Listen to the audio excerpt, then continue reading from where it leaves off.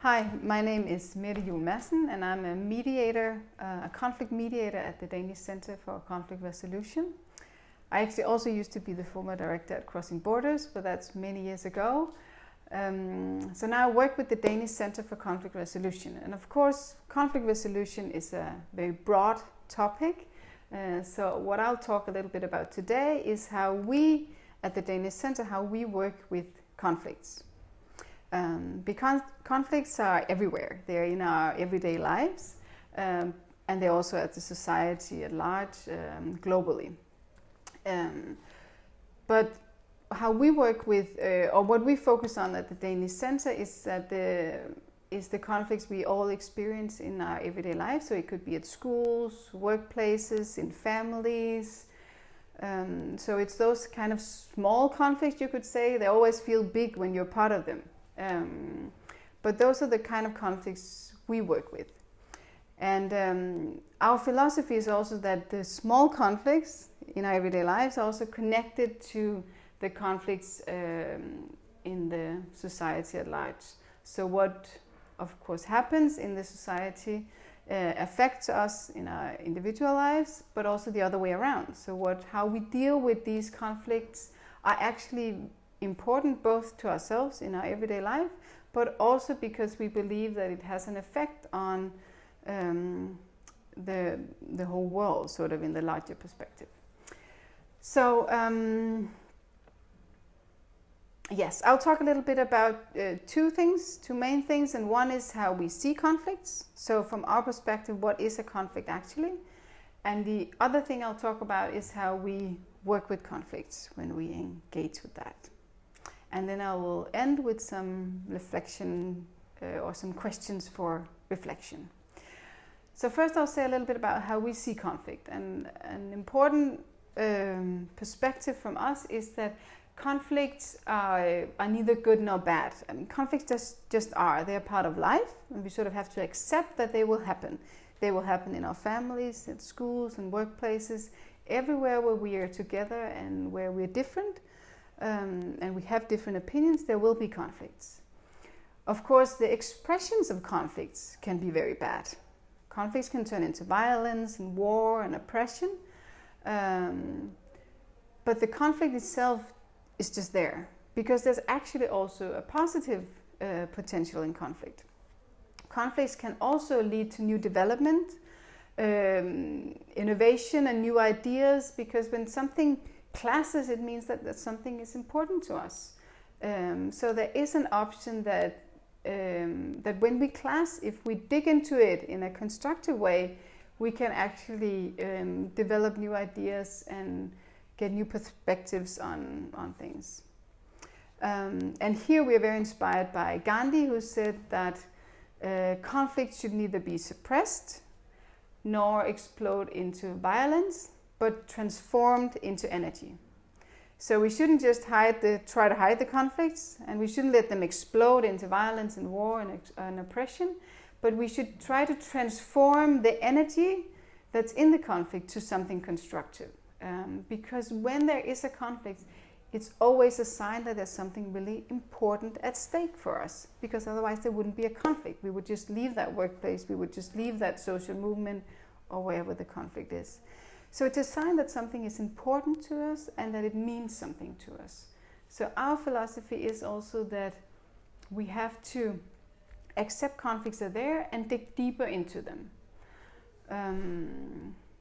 Yes, and another thing of how we see conflicts is that we see conflicts as that they're always, of course, an issue. There's something we disagree about. We have different perspectives, we have different opinions. It could be at a workplace, how should we make that report? How should we educate our children? In a family, how should we organize Christmas or another event? So there are always, of course, things we disagree about, but there's not necessarily a conflict just because we disagree. We can have, constructive dialogues about our disagreements.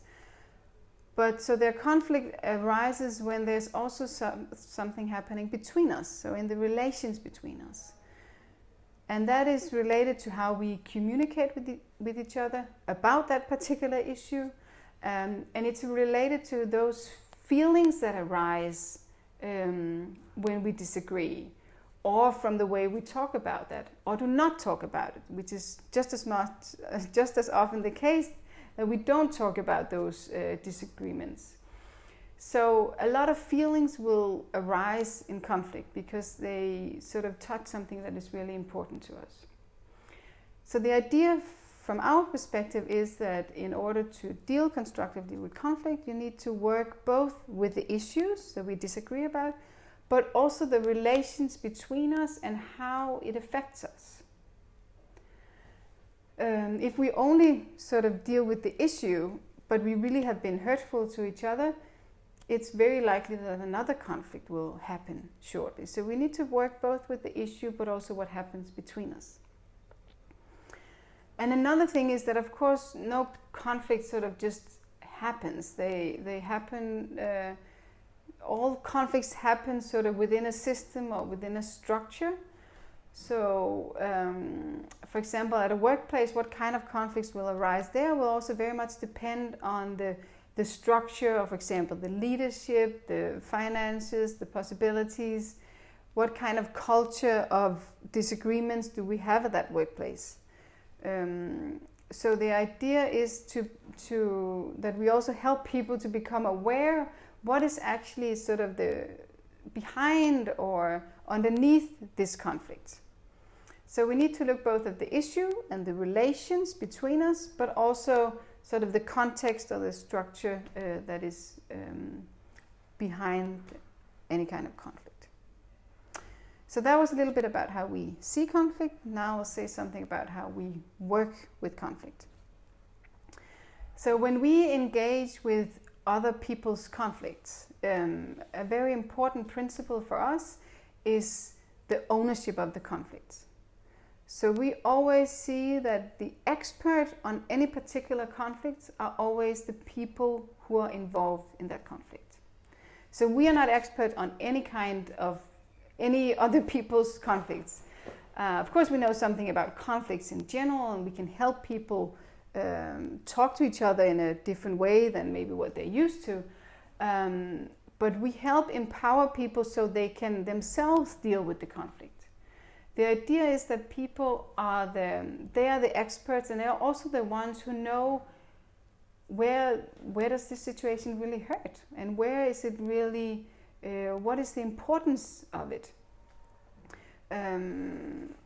So connected to that, it means that we always work with the principle that it's always voluntary to participate in any kind of conflict resolution process, that people have to want to be part of it and want to take an active part in digging into the conflict and resolving it. Another important principle is that everyone has value and has to be met with equal respect. And here we're also inspired by Gandhi, who sort of separated the wrongdoer from the wrongdoing. So of course a lot of wrongdoing can be very problematic, and we can be very clear about that there's some things that are not okay. For example, discrimination. But our philosophy is that all humans, all individuals, we have to meet with equal respect, and also a sense that there's always something behind why we act the way we do. So there might not be necessarily a good reason, but there's always a story behind why we do what we do. And the idea of helping people to solve their conflict is to help them become more clear what is actually behind in this situation. What are the underlying root causes of the conflict? What is actually, from my side, that's really important to me in this particular case? So we work with the sense that we believe that everyone should be met with equal respect, and also in the belief that we're connected with each other. There might not be necessarily a good reason, but there's always a story behind why we do what we do. And the idea of helping people to solve their conflict is to help them become more clear what is actually behind in this situation. What are the underlying root causes of the conflict. What is actually, from my side, that's really important to me in this particular case. So we work with the sense that we believe that everyone should be met with equal respect, and also in the belief that we're connected with each other, and we want to feel connected. And it's a really important basic human need, that we need to have this sense of connectedness with people in our families or workplaces or with a group of friends. And our third principle is impartiality, which means that when we work, we support all parties equally. We don't sort of support one part more than the other. We meet everyone with equal respect, and we don't have any opinions about what anyone has done, if it's okay or not. We support both parties, or all parties if it's a big group, equally, and try to help them all become more clear about the conflict and what it is about. And it also means that we don't bring any solutions into the room. We help people to have a dialogue and to dig deeper into the conflict with a firm belief then that when they have done that, it will become more clear to them what is actually a good way forward. We do not know what the good way forward is. The people themselves know, and we can help them sort of find it, but it's their own solution. A fourth principle, we have many, but the last one here is that there's no single truth, or there's no one objective truth. For example, in the court system, you always try to find what actually happened. Find that one true story that the judgment can be based on. But from our perspective, it's simply a basic condition of conflict that we experience the same situations very, very differently. So you can talk, if it's a conflict between two neighbors, you talk to the one neighbor, you get one story. You talk to the other neighbor and you get a completely different story. And often you would think, are they talking about the same situation? But it's because we experience things subjectively, and we connect them with our own sort of interpretations. And so there are always different stories, always different perspectives. And the idea of conflict resolution, when we work with it, is not to find that one story, but it's to unfold the many different stories, see where they're connected, where the differences are, but unfold them and dig deeper into them.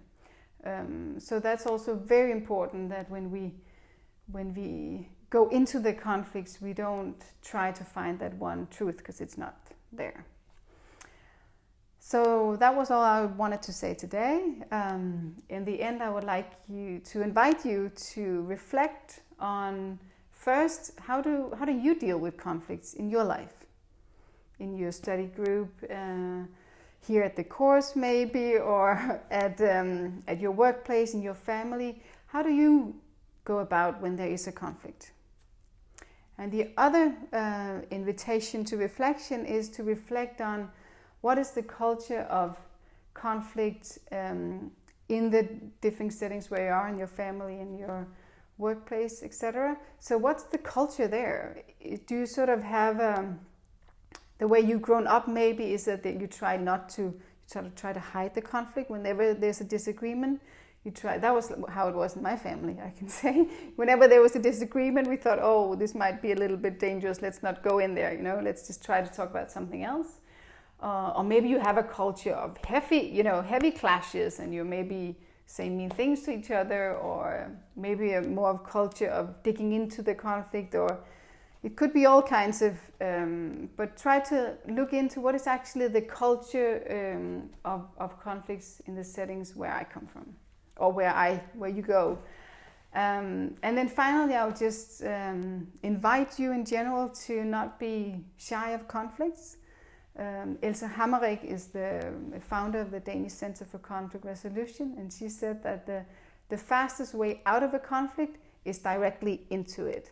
So an invitation to dig into the conflict, look at it with curious eyes and try to find out what is actually important to me and to the other parties involved. So good luck with that work.